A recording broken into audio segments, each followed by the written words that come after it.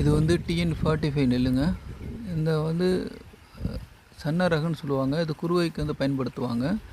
இந்த குருவை நெல் வந்து போடுறதுக்கு முன்னாடி நம்ம வந்து நெல்லை அந்த வயலை வந்து சமப்படுத்தியிருக்கணும். அதை சமப்படுத்தி தண்ணி பாய்ச்சணும். அந்த தண்ணி பாய்ச்சறது ஒரு பெரிய வேலைங்க. விவசாயங்கிறது நம்ம சாதாரணமாக நினைக்கிறாங்க எல்லாம். ஆனால் விவசாயம் வந்து எவ்வளோ கஷ்டங்கிறது அவங்கவுங்க செய்கிறவங்களுக்கு தான் தெரியும். இந்த நெல் வந்து பார்க்குறப்ப வந்து அந்த அழகாக வந்து இப்போ வந்து நாற்று வந்து நட்டாச்சு பாருங்கள். நாற்று பறித்து அதை வந்து நட்டாச்சு வயலெல்லாம். வயல் வந்து நடும்போது வந்து சமதளமாக இருக்கணும்.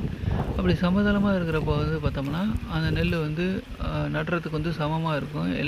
எல்லா பயிருக்கும் வந்து தண்ணி வந்து பாயிறாப்பில் வந்து இருக்கணும். அதோடு வந்து சுற்று வந்து நம்ம வந்து வரப்பு கட்டியிருக்கோம் பாருங்கள். வரப்பு வந்து சூப்பராக கட்டியிருக்காங்க. அந்த கேட் வால் இருக்கிறதுனால தண்ணி பாய்ச்சறது வந்து கொஞ்சம் கஷ்டம் இல்லாமல் இருக்குது. இருந்தாலும் வந்து நம்ம வந்து பயன்படுத்துகிற விதம் வந்து எல்லாத்துக்கும் சமச்சீராக வந்து தண்ணி வந்து பாய்ச்சிக்கிட்டே இருக்கணுங்க.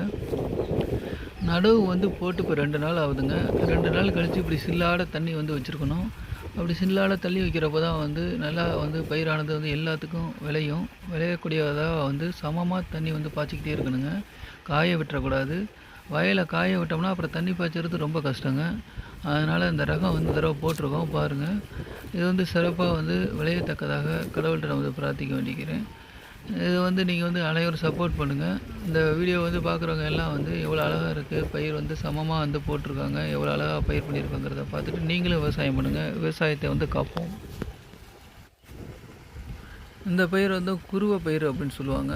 இந்த குருவை பயிர் வந்து இந்த காலத்தில் பயிர் பண்ணுறப்ப வந்து பார்த்திங்கன்னா சிறப்பாக இருக்கும். ஏன்னா இப்போ வந்து பாருங்கள், ஒரு 2 ஏக்கருக்கு வந்து பயிர் பண்ணியிருக்கேங்க.